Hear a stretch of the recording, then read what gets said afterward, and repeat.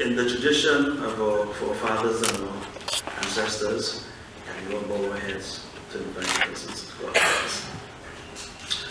O gracious and beloved Father, we are indeed thankful for your mercies and for your blessings, for bringing us all here safely this evening, as we celebrate those who have given back tirelessly to your people, dear God.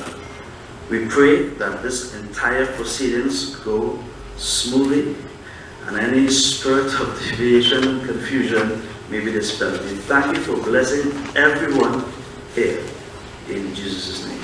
Amen.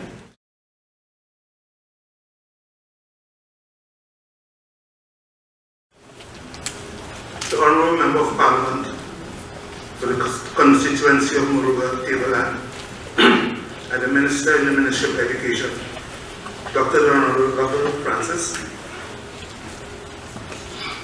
Ms. Pendergrass, the High Commissioner for Jamaica, Trinidad and Tobago, special invited guests, our very esteemed awardees, ladies and gentlemen, Merikin Hall. I stand here this evening with a rather simple task. It's a task of welcoming all of you to our very distinguished guests to this our first National Merikin Award and Recognition Ceremony. Yes, today we continue with our celebration and recognition of American heritage, in proud tribute to our ancestors who arrived on these shores 200 years ago. I, like most of you, am a proud sixth generation direct descendant.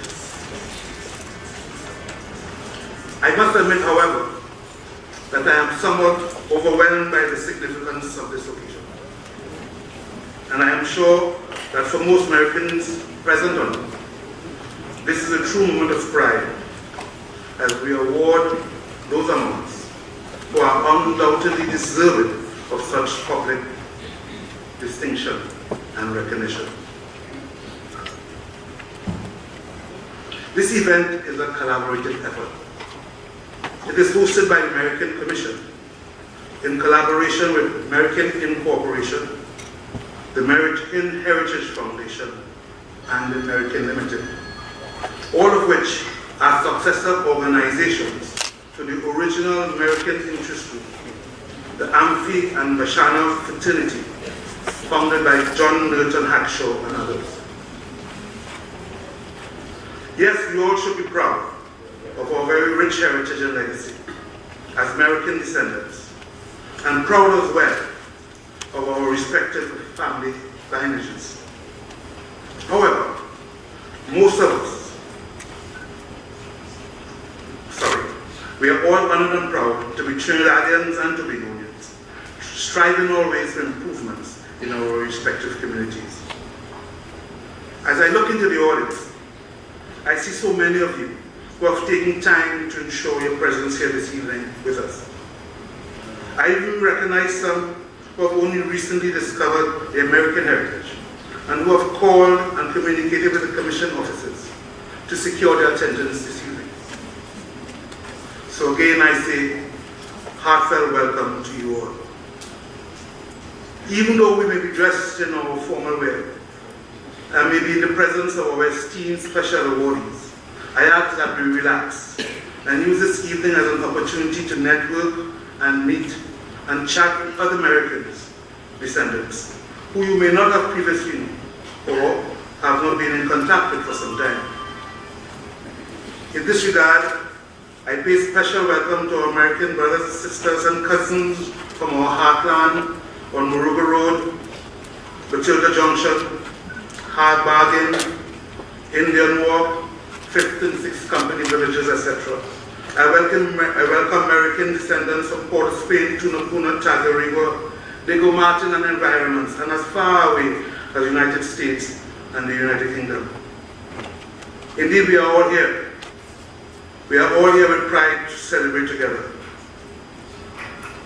This event, this evening, however, marks the final chapter in the year-long Merikin bicentennial celebrations.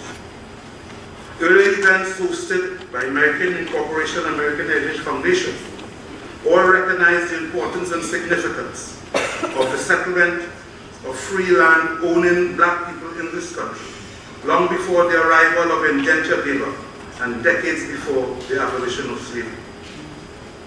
Tonight, we are recognizing 26 descendants and 2 special honorary Merikins and 1 interest group, all for their individual and collective efforts and accomplishments. These awards will also include 9 persons who are no longer with us, but the value of whose contributions can hardly be challenged or rebutted.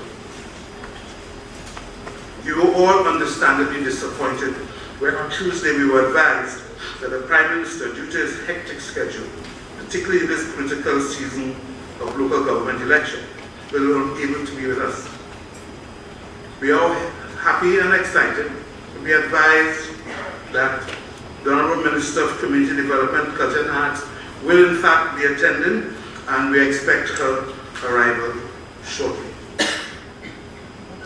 In closing, I would be remiss as Chairman of the Commission if I did not take the opportunity to publicly acknowledge the very recent pronouncements of the government with respect to plans for the development of fishing and farming facilities in the rural community. This is indeed a welcome sign of the future development of our heartland. I take this very moment to mention 2 awardees who are not here with us tonight. Most of you must know Mr. Augustus Lewis and Mr. Selwyn McLeod, both of whom are not in the best of health at the moment. And I ask you for your prayers to wish them a speedy recovery. Finally, we wish to sincerely thank you for your presence and trust that you all will have an enjoyable time and a very enlightening experience with us this evening. We thank you.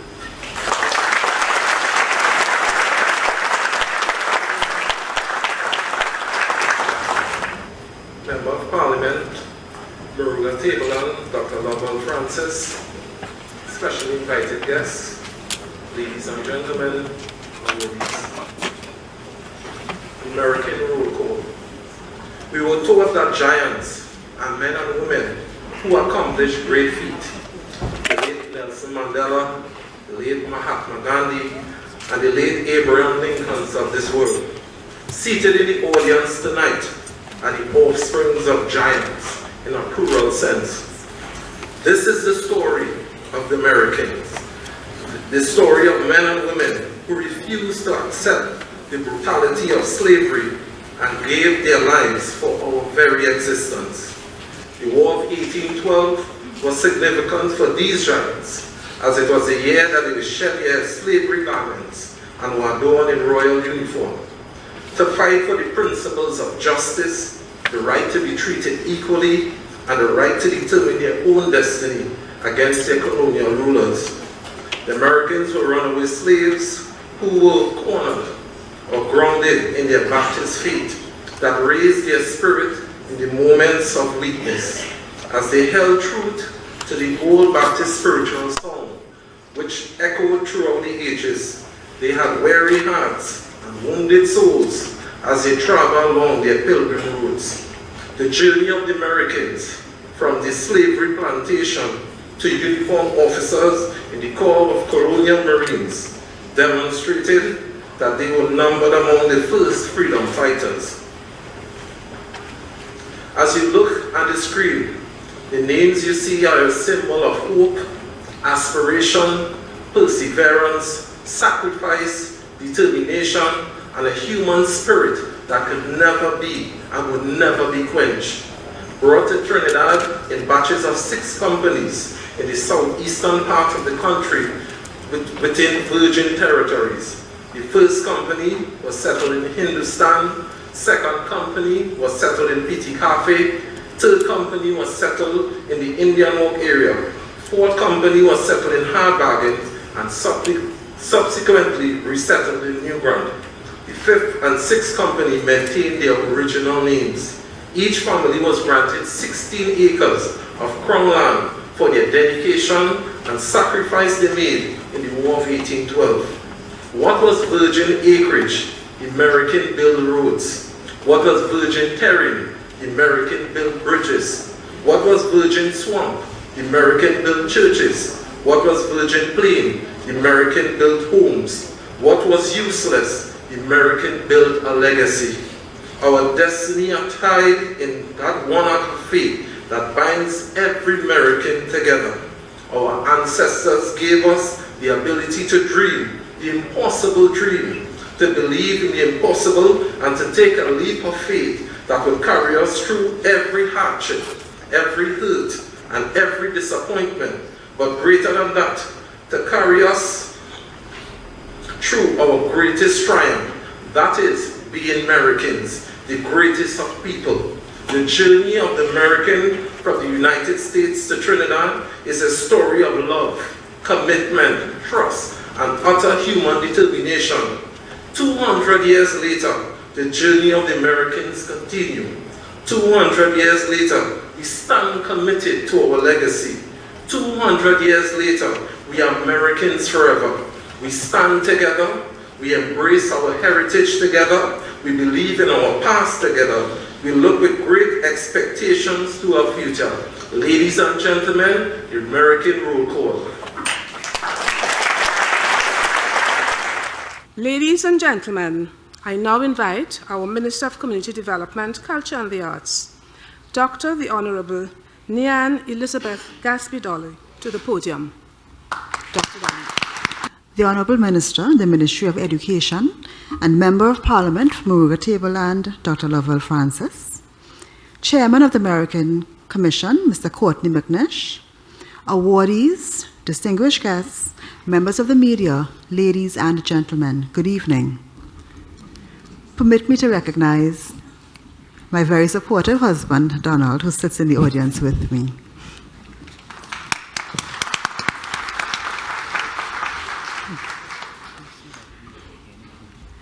I would like to let you know that though I was invited here in my capacity of Minister of Community Development, Culture and the Arts, I am speaking to you this evening on behalf of the Prime Minister of the Republic of Trinidad and Tobago, who has asked me to represent him here, and so the sentiments expressed here are his own.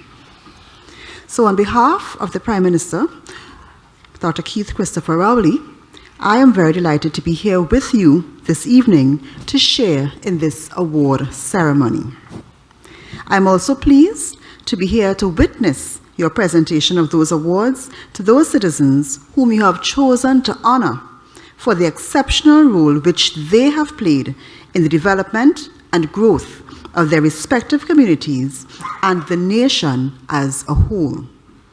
On behalf of the Government of the Republic of Trinidad and Tobago, I extend my heartiest congratulations to you all.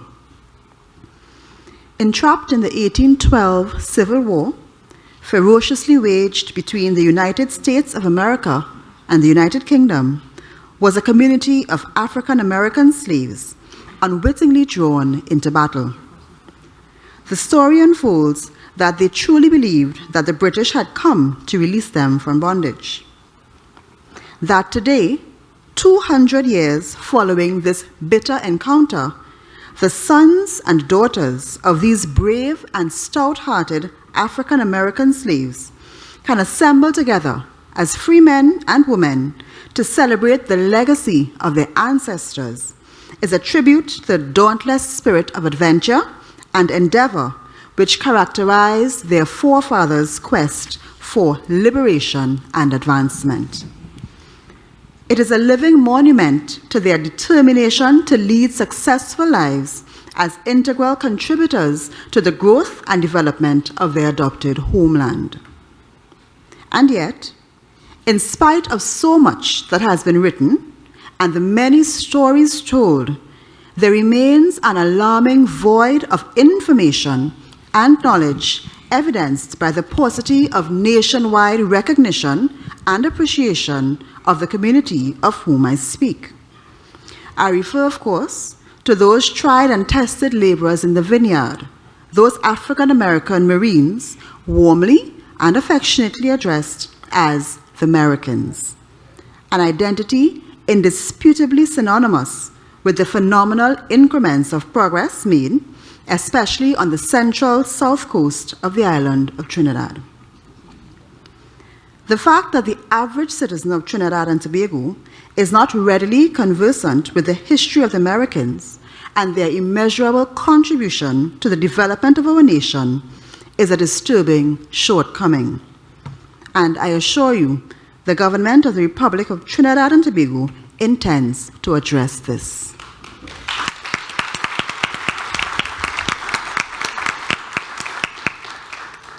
For example, how many of us are aware that it was the Civil War of 1812 between the United States and Britain, waged along the Atlantic coast of Maryland, Virginia, and Georgia, that spawned the birth of the company villages right here in Moruga, Trinidad? How many of us are aware that after Britain succumbed to America, some 761 African American Marines who fought against their ex-colonial masters took up an offer and came to Trinidad in 6 batches or companies? How many of us are aware that here in Trinidad and Tobago is where they were renamed the Merikins, and that this is how the company villages of Moruga originated? Many of you may be aware, but there are many others who are not aware in Trinidad and Tobago. A common thread runs through the wealth of literature which has been written on the subject. Historians of the caliber of Michael Anthony, John Hackshaw, Boise Huggins, and the Member of Parliament from Moruga Tableland, our own Dr. Lovell Francis, are among the few who have taken the time to document their research on the Merikins. We owe them all a debt of gratitude for undertaking such an important initiative. The records show that of the 6 companies, the first settled in Naparima, the second near Indian Walk, the third at Mount Pleasant, the fourth in Guayakara, the fifth in Lengua, and the 6th company in Matilda Junction. Dr. Francis, I hope I'm getting the history right. It is of interest to note that these villages were all located on the periphery of what was then named Mission of Savannah Grande, now known as Princestown. So if today Princestown is bursting at the seams as one of our fastest growing commercial centers of Trinidad and Tobago, much of this distinction will have to be attributed to the Americans, upon whom Mission of Savannah Grande relied for their growth and sustenance. A few of the Americans settled in Laventille and some in Caroni. Those who settled in Naparima met resistance in the form of protests from the estate owners. Happily, the governor of the day dismissed their protests principally on the grounds that the soil of Naparima was arable and very fertile. Historian Michael Anthony revealed to us that the 4th company refused the land they were offered because it consisted of poor soil and it was a hard bargain. And of course, that name does ring a bell. They were eventually accommodated in another area which we now know as New Grant. The Americans brought with them their indigenous creative skills and special talents. Many were granted acres of fertile land, as we heard, to hold in perpetuity, and to grow crops that were needed for their survival. They planted bananas, corn, rice, cassava, and other small crops. They served as masons, blacksmiths, and carpenters in the sugar and cocoa estates. Some worked as woodsmen, felling trees to make way for construction of new settlements and access roads. John Hackshaw, himself a former member of the Merikin fraternity, reminded us that the African American settlers brought with them the Baptist faith of the Second Great Awakening. The Baptists that settled in the company villages were exposed to the British Baptist Missionary Society's influence. Those that settled in the north of Trinidad practiced the beliefs they brought from America, which incorporated their African religious practices and beliefs, and out of that came the spiritual Baptists. This enlightenment is of deep historical significance because the spiritual Baptist faith has pervaded the society today. But again, how many of us are aware of its origins? It is recorded that after a few years, the Baptist faith expanded among the settlers, and a new spiritual movement called the Shango emerged, and that became the main religion in the Merikin populated company villages. It is now more contemporarily known as Orisha. At 5th Company, Ebenezer Elliott, better known as Papa Niza, a descendant of the Merikins, had established himself as a spiritual healer and one who possessed prophetic powers. I don't know how many of you know about Papa Niza, because they say if you don't know, you're supposed to ask the Americans. This is just a snapshot of the history and the richness of the culture of the Americans, and that goes on. And 200 years later, we are still here celebrating that cultural richness. All of us in Trinidad and Tobago have benefited exponentially and can continue to learn from the extraordinary examples set by the Americans. They continue to bless us with that rich trove of memories. They willingly consented and desired to live together with those whom they met here, and they have never failed to share their treasured heritage with us, overflowing with a spirit of humility, dignity, and grace. We as a people continue to value the glorious moments in common which we and the Americans have shared together. We welcome and appreciate the determination of those of the present generation who continue to walk in the noble tradition of their ancestors. Yes, we have done great things together in Trinidad and Tobago, and yes, we will continue to do more. At the time when the Americans consented to come here as free men and women, slavery as we knew it was not yet abolished. In retrospect, the freeing of those African American slaves as a form of gratitude for their role in the 1812 Civil War may well have been an isolated and unplanned forerunner to the eventual abolition of slavery, first in the British Empire in 1833 and subsequently in the United States in the year 1865. And so we know not the influence that that single act had on the history of the rest of the world and of all of us here in Trinidad and Tobago. Today, the American community is calling on the government to grant them legal rights to land which they have been occupying for generations. The Prime Minister of Trinidad and Tobago has asked me to assure you that the Ministry of Rural Development and Local Development is already actively examining this long outstanding request with a view to designating the approximately 6,608 acres of land already earmarked in South Trinidad as a heritage site.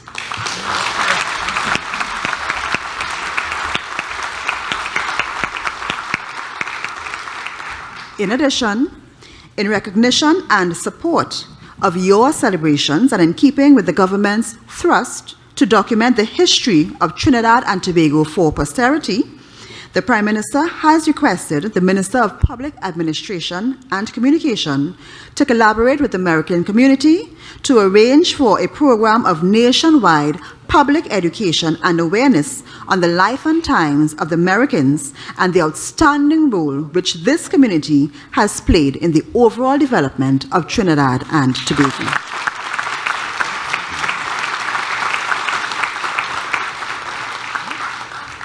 And so, as I take my leave, permit me once again to bestow congratulations on behalf of the Prime Minister and the government of the Republic of Trinidad and Tobago on all those worthy awardees this evening, and to extend to all the Americans the nation's best wishes. May God bless you all, and may God bless this country of Trinidad and Tobago.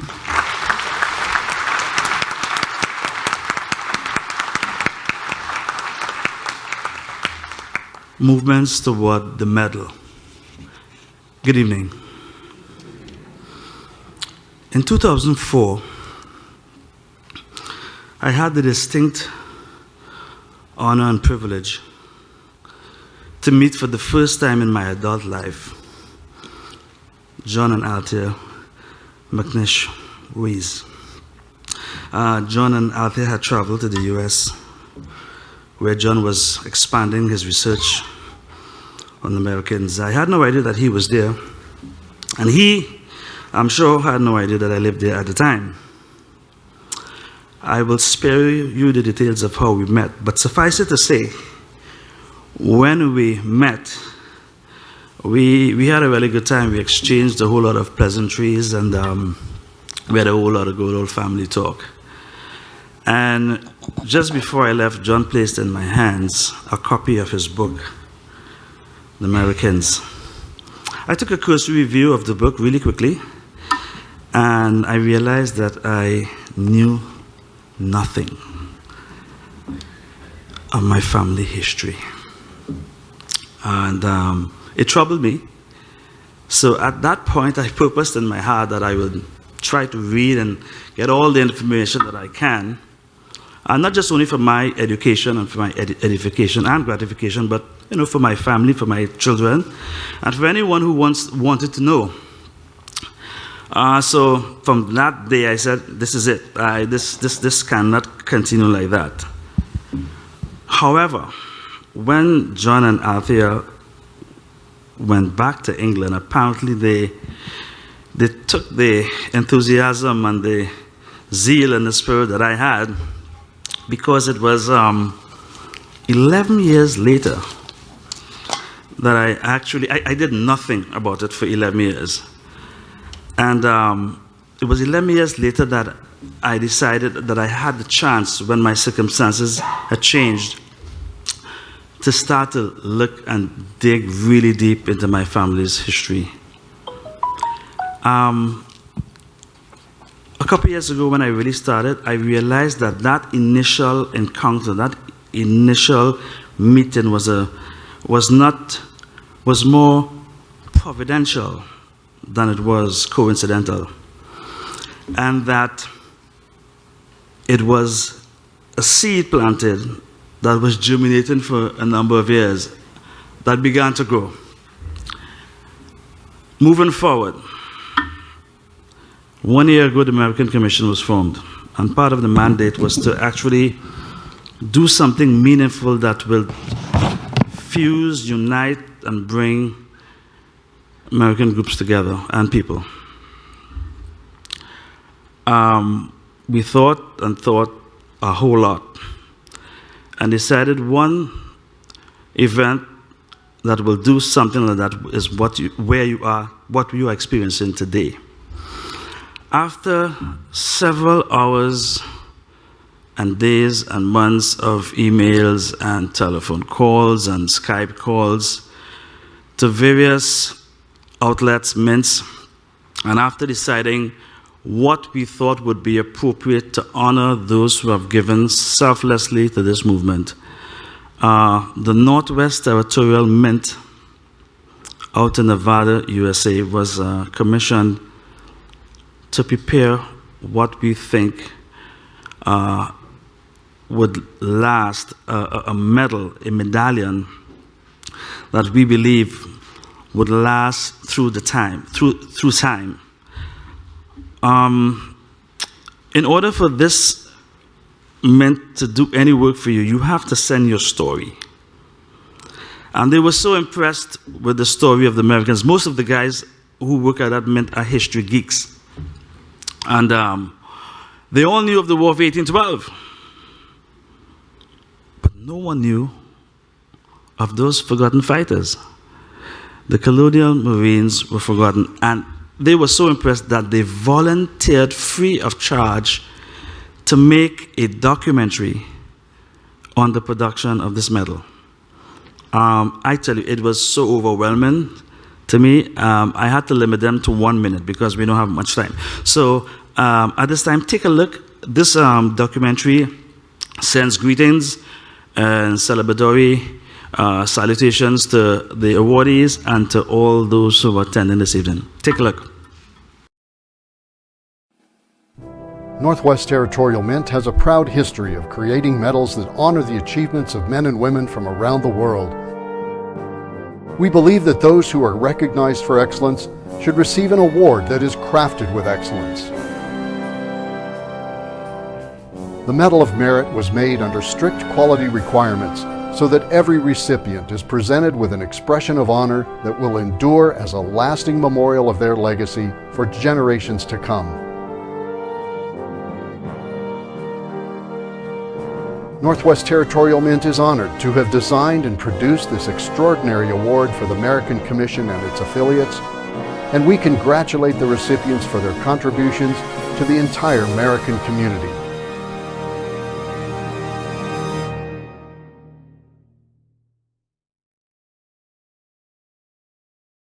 Ladies and gentlemen, welcome to the podium, Kerwin Khalid.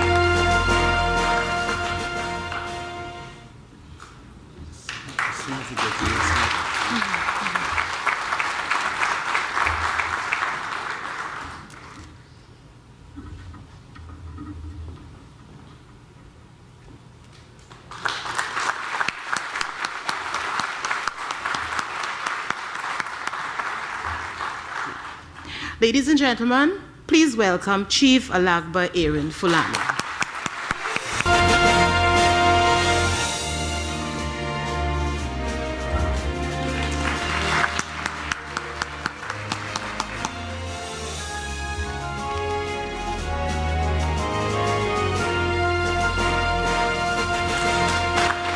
Please welcome Clifton Dikoto. Mr. Dikoto is absent, and may I call Mr. Bobcom to receive the award on his behalf?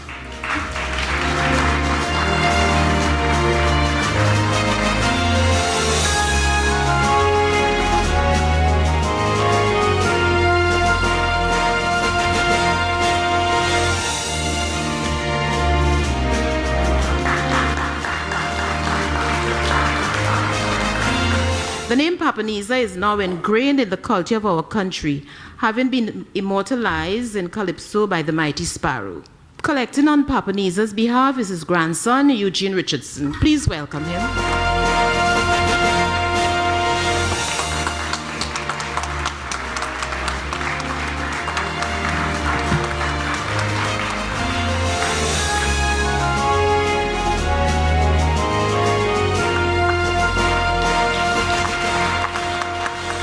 Please welcome Lloyd Kerr.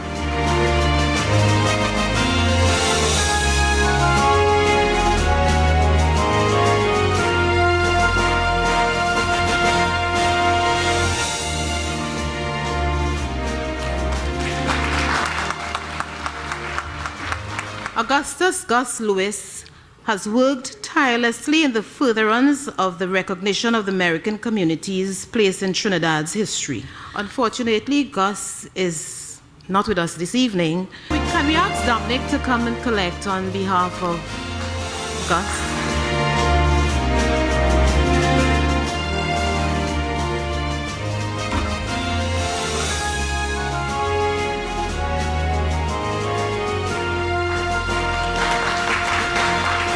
Selwyn McLeod. Please welcome the representative collecting Selwyn's medal.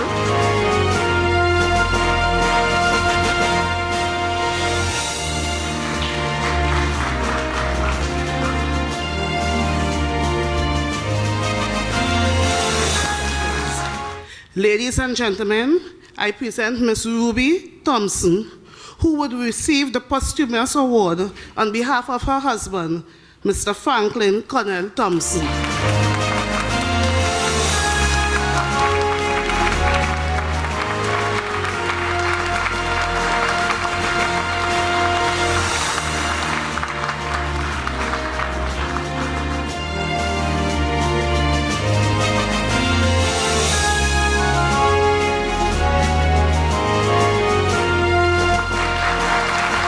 Let us welcome Peter A.C. Taylor to the stage.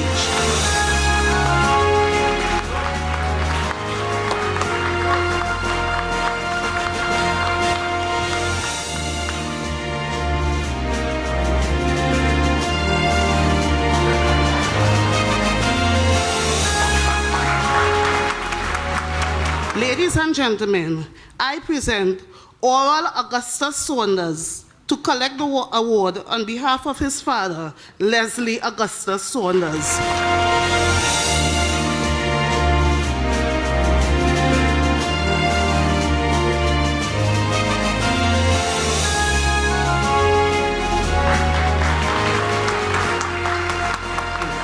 Ladies and gentlemen, I present Leon Leslie Williams to receive his award.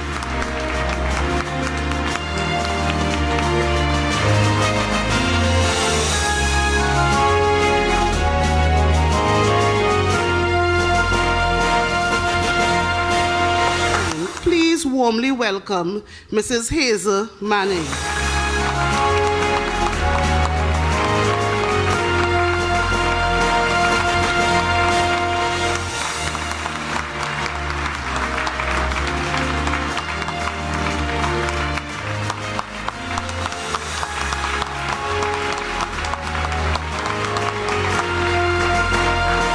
Ladies and gentlemen, I present Ms. Gillian Chumet, daughter of Boise Huggins, to receive the award on his behalf.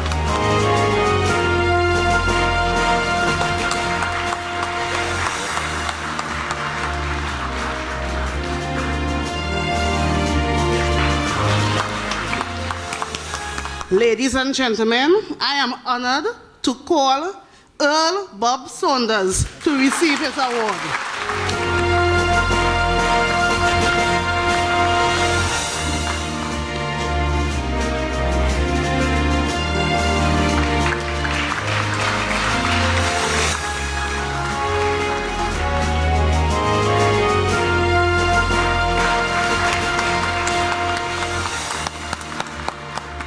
Here to collect on behalf of Beryl Wood, Keith Wood.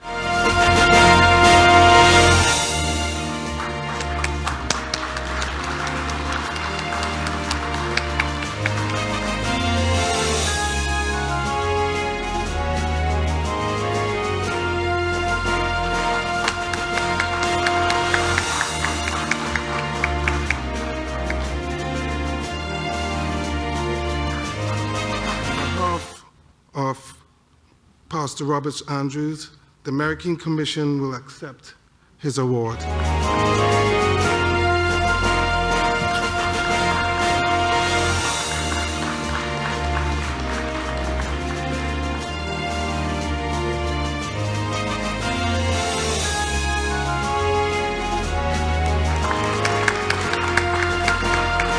On behalf of John Hackshaw, Joan Mendez, his daughter.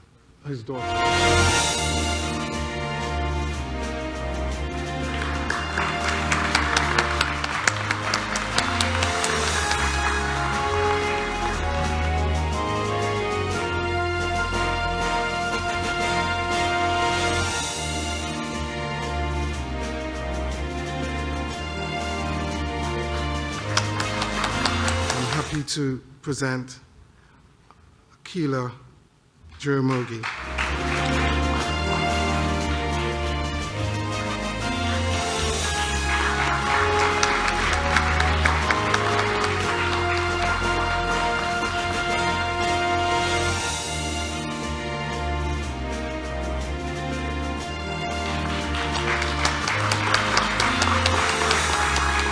Raymond Tim Key.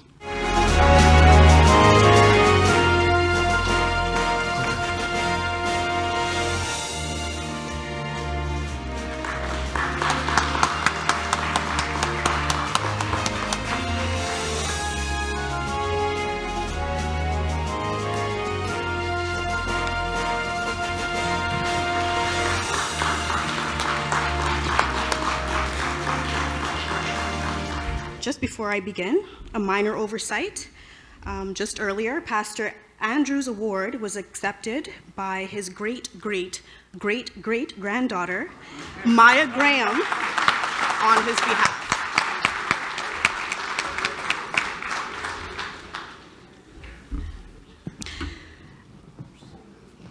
Edgar Leonard Macnish was born in 6th Company Village to David and Hessie Macnish 88 years ago. Edgar's grandson, Niall Macnish, will accept the award on his behalf.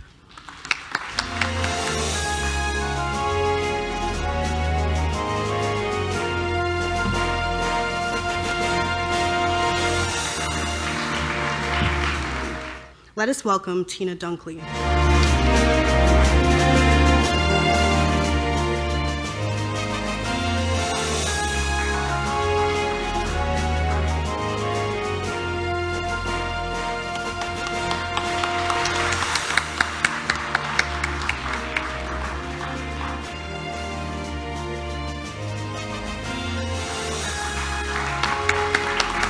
Let's welcome Dr. Keith Clifford.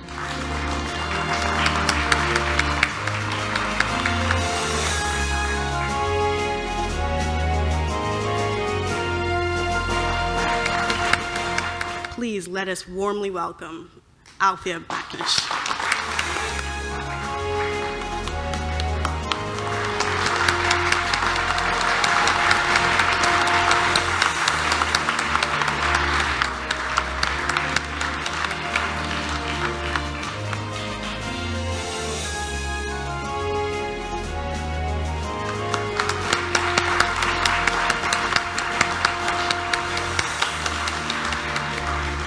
Carl Theodore is the director of the HEU, Center for Health Economics at the University of the West Indies. He's professor of economics in the Department of Economics on the St. Augustine campus, where he's taught health economics and supervised research for many years. He's led a multidisciplinary team of professionals in producing a number of technical reports for governments and international agencies. The work of the HEU team has been one of the main contributions to a better understanding of the economic impact of HIV/AIDS in the Caribbean, and a better estimation of the cost of responding to the epidemic. Over the years, Professor Theodore has been an advisor to a number of governments and state agencies across the region. Professor Theodore is now responsible for training young economists to intensify the fight against HIV/AIDS in every country of the region. Professor Theodore was unable to join us this evening, and as such, the Commission graciously accepts on his behalf.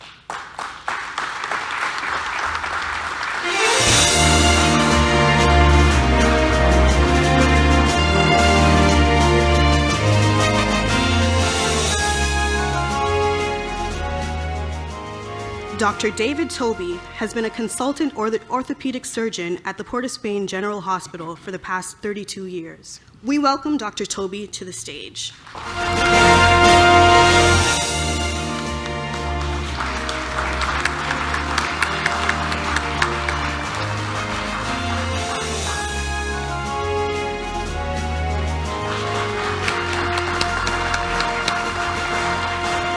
I have the honor of presenting in the special awardees/honorary awards category. Peter Hossain. Merle Gomez is here this evening to accept on Peter's behalf.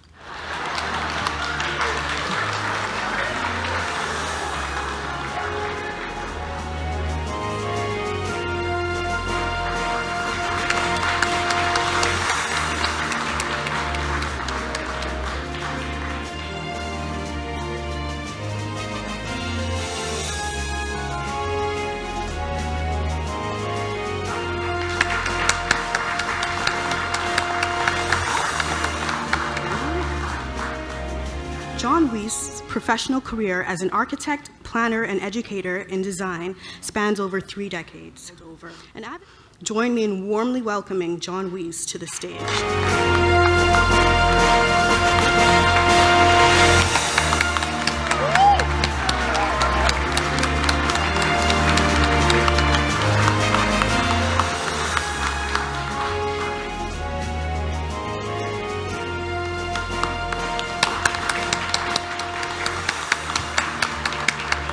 Merikins in Cooperation was formed over a decade ago with a commitment to the holistic development of the community of the company villages. The group has made its senior citizens event and the distribution of secondary entrance assessment scholarships 2 of its signature initiatives. Additionally, Merikins in Cooperation have been recognizing the American Heritage Day on the 20th of August annually, as it is the day our forefathers arrived in this country. The group has come a long way and has made serious impact in the community because of the commitment, passion, and perseverance of its members, especially Merle Bobcom Gomes, Hillary Bobcom, Lester Burton, Joseph Burton, Lisa Atwater, Marva Cooper, Anson Griffith, Real Thomas, Marva Dingwell, Willis Bernard, Annette Teasdale, and others.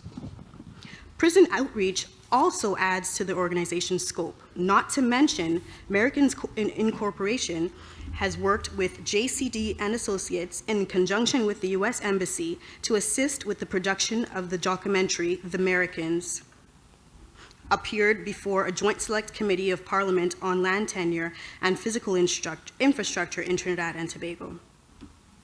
In addition to the SCA exercise, which has translated into several students matriculating to tertiary level, Merikins in Cooperation have also sought to bring about educational opportunities by successfully offering free CSEC tuition. Notably, they conduct the Merikin Heritage Walk annually on the 20th of August, aiming to keep the Merikin legacy alive. Merikins in Cooperation.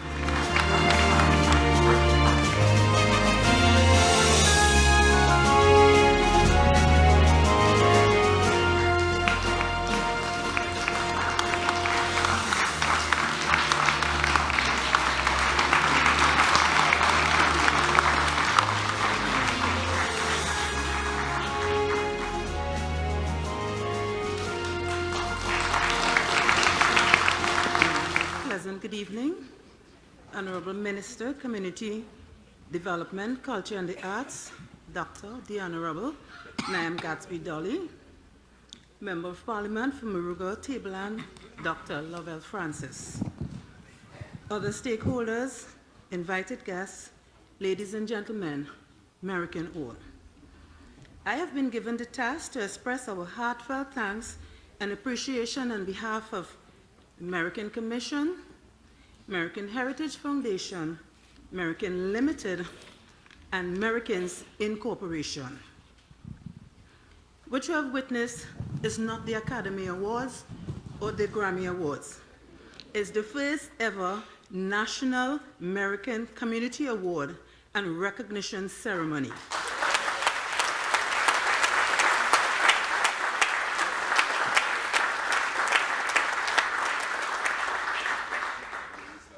A very prestigious ceremony to Merikins and all. We want to thank the Almighty God for this day, for the strength and courage and the privilege to celebrate this day as we continue to celebrate our bicentennial anniversary. Thanks to the Minister of Community Development, Culture and the Arts, the Honorable Niam Gatsby Dolly, for her inspiring words and her very presence here tonight. We graciously thank you.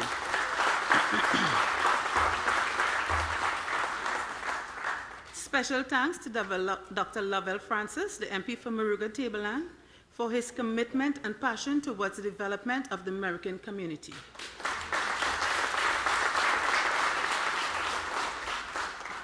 At this moment, I take time to thank the 27 awardees for their sterling contribution and commitment to society and to the Merikins, and for accepting this prestigious award.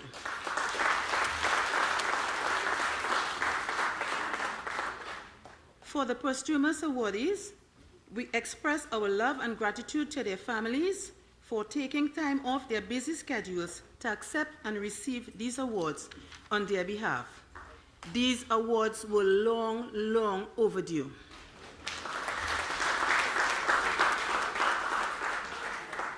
Thanks to the entertainers, Ms. Chelsea Pigas, former Digicel Rising Star participant,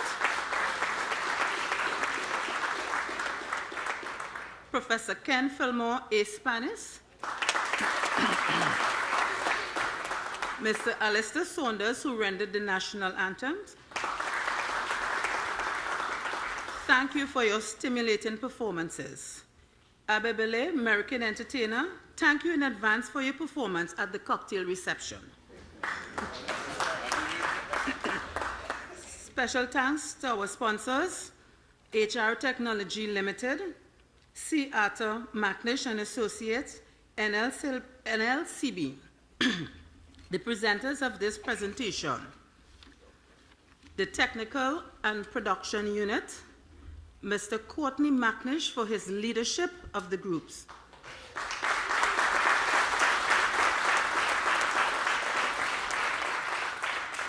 ACTS TV Network, members of the media. We would like to thank Ms. Shizette Bailey, who worked tirelessly and timelessly and beyond the call of duty.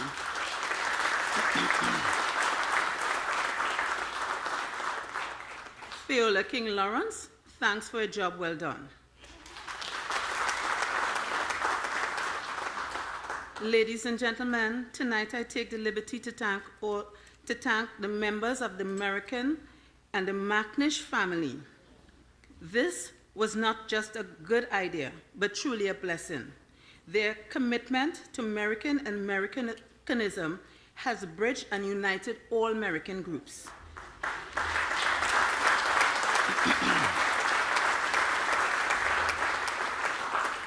We appreciate this effort and thank you tremendously for your contribution. For those who have contributed in a special way, and we fail to mention your name, we take this opportunity to thank you. To all attendees and Merikin supporters, thank you for sharing this evening with us. At this time, I want to invite you to a lecture on Merikin legacy. This lecture takes place on the 30th of November at Dagger Hall at the University of the West Indies at 6 p.m.